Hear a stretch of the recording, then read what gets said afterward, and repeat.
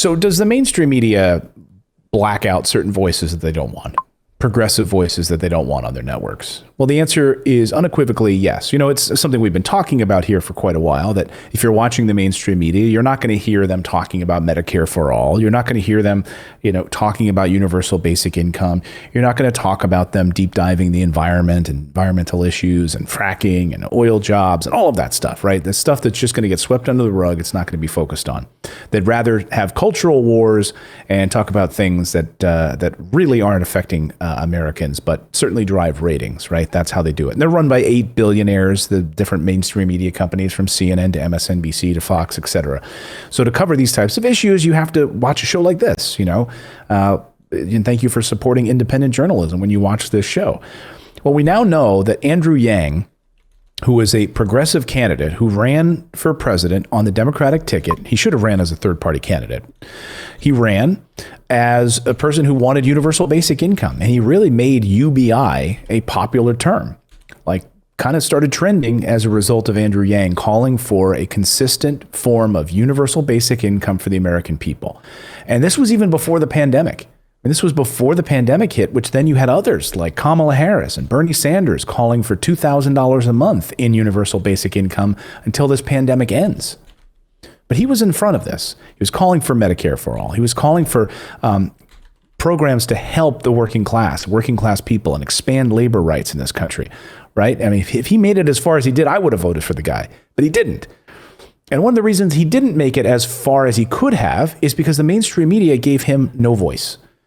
In fact, there was a blackout to keep him off the air, at least at one major network, at MSNBC. So how do we know this? We know this because a longtime veteran producer at MSNBC has now come forward. And during an interview with Andrew Yang on his show, talking about the state of the media, she went home and reviewed her journal because she was sort of pressed on this question. She went home and looked through the dates in her journal. She went and started reading all through 2019 and started to see, and she wrote in her journal a number of things about the network that she was disgusted with, that they told her basically she's not allowed to book anyone named Andrew Yang on the show. There was a list of names that were kept off the air.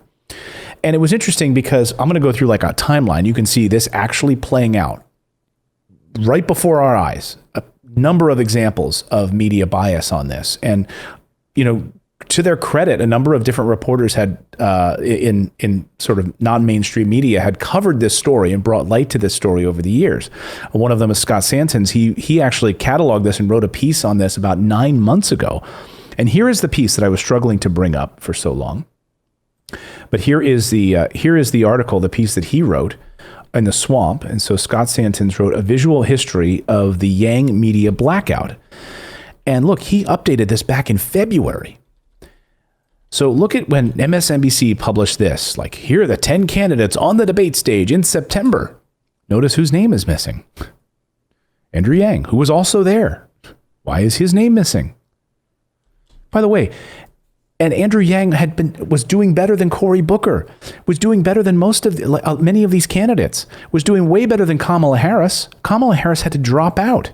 So he catalogs all of these different screenshots. Who will be, I know this is a little hard to see, but if I zoom in, I won't be able to get this Chrome on the side to zoom down, but who will be the 2020 Dem candidate from MSNBC? Look at all these names. Guess who's not on there? Andrew Yang. Here's another one. This one's a good one. Beto O'Rourke is now running for president. Look who's missing. Bernie Sanders is also missing. Progressive. Andrew Yang is missing. Andrew Yang excluded from all of the announced Democratic candidates. Here's another. Oh, look at all these 2020 announced candidates. Guess who's missing? Andrew Yang. Why? Andrew Yang excluded yet again. Another screen. Just leaving them off there and doing better, winning primaries, coming in higher in primaries than Kamala Harris. Why is he left off over and over and over again from MSNBC? And there was other instances of where people were literally on the look. I mean, this is amazing. Months and months and months. He's not listed in these graphics. They just exclude him. By the way, they would try to get him on the air. You would watch Rachel Maddow's show. She'd have, Elizabeth Warren on all the time. Come on my show. Come on my show. Kamala Harris, come on my show. Amy Klobuchar, come on my show. Andrew Yang, who's that? No, he's not allowed. We can't have him come on because he supports things that would undermine big business, right? He supports things that would undermine Wall Street, would drive down pharmaceutical prices. These are all things, that the corporatists who run MSNBC love, right? They want their big money, big business, Wall Street guys taken care of. We can't have Andrew Yang or Bernie Sanders on our show. They're progressives. Can't do that. Or big money. We can't do that. I mean, the list, I'm so struck by this. Well, now, did you see the times that they actually did include him? It was like the wrong picture. It wasn't him. Right. Yeah. Yeah. I mean, and this is what's amazing here. Look, despite outpolling half the stage, Andrew Yang is asked the fewest questions at the first debate hosted by NBC. He was outpolling all of them. I mean, it's amazing. Or they'd have like Steve Kornacki here standing right in front of Andrew Yang on the screen. He's on there, but he's totally blocking him off. He's putting his hands up over him. Well, and this is something that's gone on for a long time. I remember we used to be called conspiracy theorists because we were talking about how they did that to Ron Paul during the 2012 election, and it wasn't until Jon Stewart did a segment on it showing how blatant it was, and we were just called conspiracy theorists for bringing that up. And that's the thing with the Yang Gang. They've been called conspiracy theorists, that there's no blackout, and it's same with Bernie. When it is clear that there is, so when they don't want somebody on, it's funny how they can just try to scrub them from the roster. I mean, they have, and this is so. I mean, just take a look at your screen here. I mean, this is another example. You're absolutely right about that. I mean, this is amazing, right? So here's an interesting one where he is at 2% at the time. Andrew Yang at the time was polling at 2%. Oh, okay. You might say, well, maybe they just didn't put the people that had 2% on the screen. No. Why is Tulsi Gabbard on the screen? Why is Cory Booker on the screen? Where's Andrew Yang, who's also polling at 2% at the exact same time? It's amazing. So anyway, the other day, I'll play the full thing here for you in a second. But here she is. This is Ariana Peccary. She was a producer at MSNBC, veteran producer. She was on Andrew's show talking about the state of the media, etc. And she didn't go into it because she didn't have it in front of her at the time. But when she left and she went home after the show, she then tweeted this out. She'd been going through her journal and she said, actually, I just reviewed my journal. And on 4/25/19, I was told that we were never to pursue Andrew Yang for an interview on our show, along with several others. The list of candidates was dictated, but the reasons for allowing them or not were not explained. I mean, but we know why, right? We don't want these progressive voices. We don't want to be promoting these types of things, even though they're polling better. And look, by the way, more Americans want this than don't. More Americans want Medicare for all. More Americans want these types of programs. Can't talk about it. Can't have them on the show. So then Andrew Yang was resigned to doing shows like third party, like Joe Rogan had him on and things like that, non-mainstream media shows. And even with no mainstream media coverage, he still managed to get and poll as high as he did, which is remarkable in the primaries. He did better than a lot of people. I mean, half the field he did better than, with no mainstream media coverage and being told not even to be put on graphics. And these producers coming forward and telling, hey, yeah, this is exactly what was happening. So then she goes back on with Andrew like a short time later to do an Instagram Live as like a follow-up now that she's admitted what happened. And here's what she had to say. It's pretty eye-opening. Thank you so much for reviewing your notes and unearthing that piece of information. It did mean a lot to me and people who supported me. Of course. Now it's frustrating because there were things every day that I was watching happen that didn't seem right to me. And so in one way, them telling us, who they want to go after and who they don't want to go after, it was just kind of just another normal day, sadly. But I saw something, after you tweeted, we were doing an interview today. Someone said something about reference the primaries, and it reminded me of that, conversation that we'd had. So I wasn't sure, I'm still all boxed up, from my move to Virginia, and I wasn't sure if I was going to be able to find my notes, but I did. And there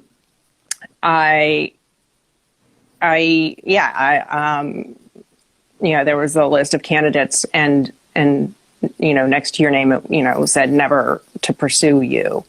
And shockingly, I never did actually go on that show. No, and I vaguely remember there was a time when I think you were planning to come on, or something happened and it fell through. And I honestly can't remember what happened or when that happened. But well, you worked on Last Word with Lawrence O'Donnell, which was one of the top shows on the channel. So my team was always trying to get me on. I think there was a point when I was supposed to go on, and then something fell through that you're describing. I don't remember if there was anything on one side or the other, but I do remember some of those interactions just secondhand. That's amazing. So the Last Word with Lawrence O'Donnell that comes on after the Rachel Maddow show, we had a list of candidates we were not allowed to pursue. We were told. That came right from the top. That doesn't just happen. That came right from the top. These are the people I don't want on the network. I run this network. I'm a billionaire. This is right from the top, from our big money donors. I don't want to hear these progressive voices on your air. Well, and that's why the debates and everything are so controlled, because they are so afraid people are going to hear third party voices. They're so afraid people are going to hear non-establishment views and get behind them. And so they try to do everything they can do in their power to keep those voices from being heard. Exactly. It's scary. Then everyone looks across the stage. Really? I remember when Ron Paul was running, and he would talk about, why are we involved in these foreign wars? And he got laughed off the stage by the Republicans, Mm-hmm. You don't think we should be in these wars? Rand Paul tried the same thing, and he was mocked by Jeb Bush and all these, how crazy are you? You don't think we should have a military footprint in the Middle East and stay in these endless wars? No, I don't.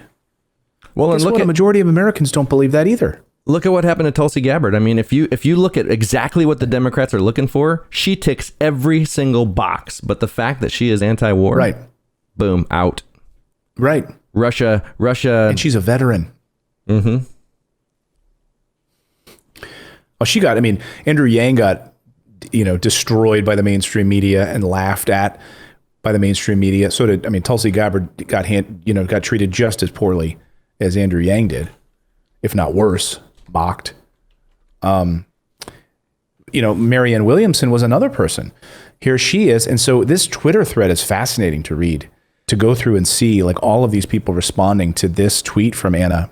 I reviewing my journal, and I was told never to pursue Andrew for an interview on our show, along with a list of other candidates. It was dictated from the top. So then here's Marianne Williamson. She tweeted in response to this: the political media industrial complex had a pre-prescribed conversation and a pre-prescribed list of people they were willing to allow into the conversation. What voters were presented with was an illusion of choice. Yeah, you think? When the mainstream media is putting up these types of things every day, telling you who's running for president, and here's how they're polling right now, and candidates that could really change the game are left off and ignored. Well, and the thing is, it's been going on for so long. I need to send you that Ron Paul, the Jon Stewart segment, because it's so blatant, and he just points out every time it happened, and it's just so this has been going on. This is, and it's only getting worse.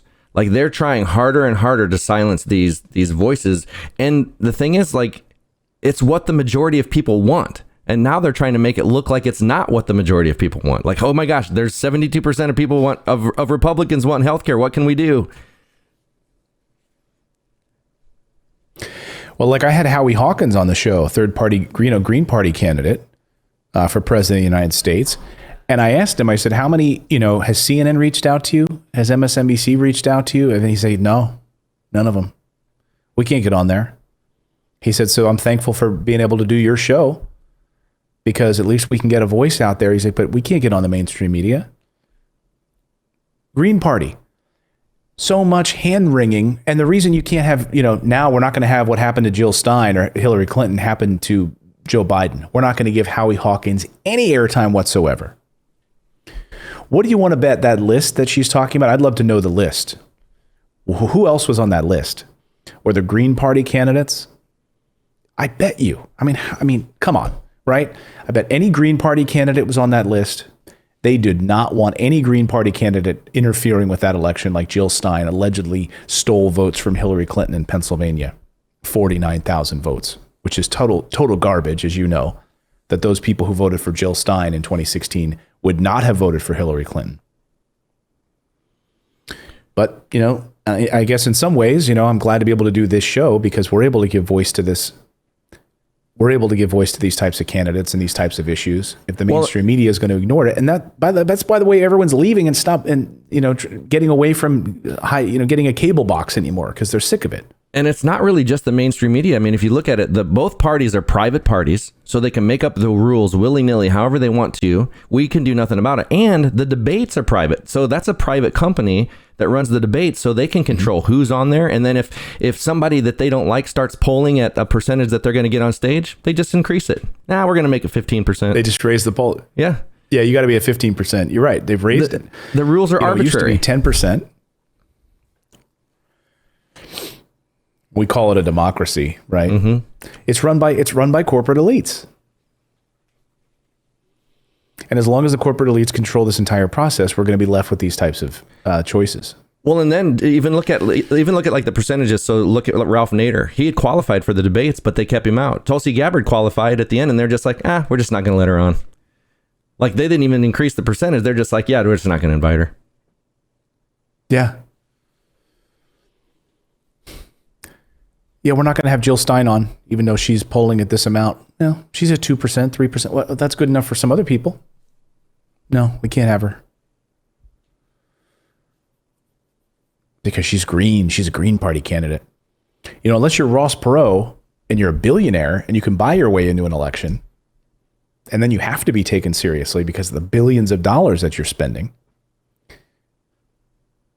Well, I think the whole Ross Perot thing was the time when they were like, I think we need to somehow get a better control of this because this guy managed it. What did he get? 19% of the vote? 22%. I mean, yeah. Yeah. And the only reason he lost, look, he jumped out. Was it like a few weeks before because of a family emergency? Mm-hmm. He very well could have won. He was winning. I remember him on the front page of Time magazine. He was winning. He was polling better than Clinton. He was polling better than the other candidates on the Democratic field. He was polling better than George H.W. Bush. Here's a successful Texas businessman who's a billionaire who's telling Republicans like this guy in the White House doesn't know what he's doing. That's why we're in this recession right now.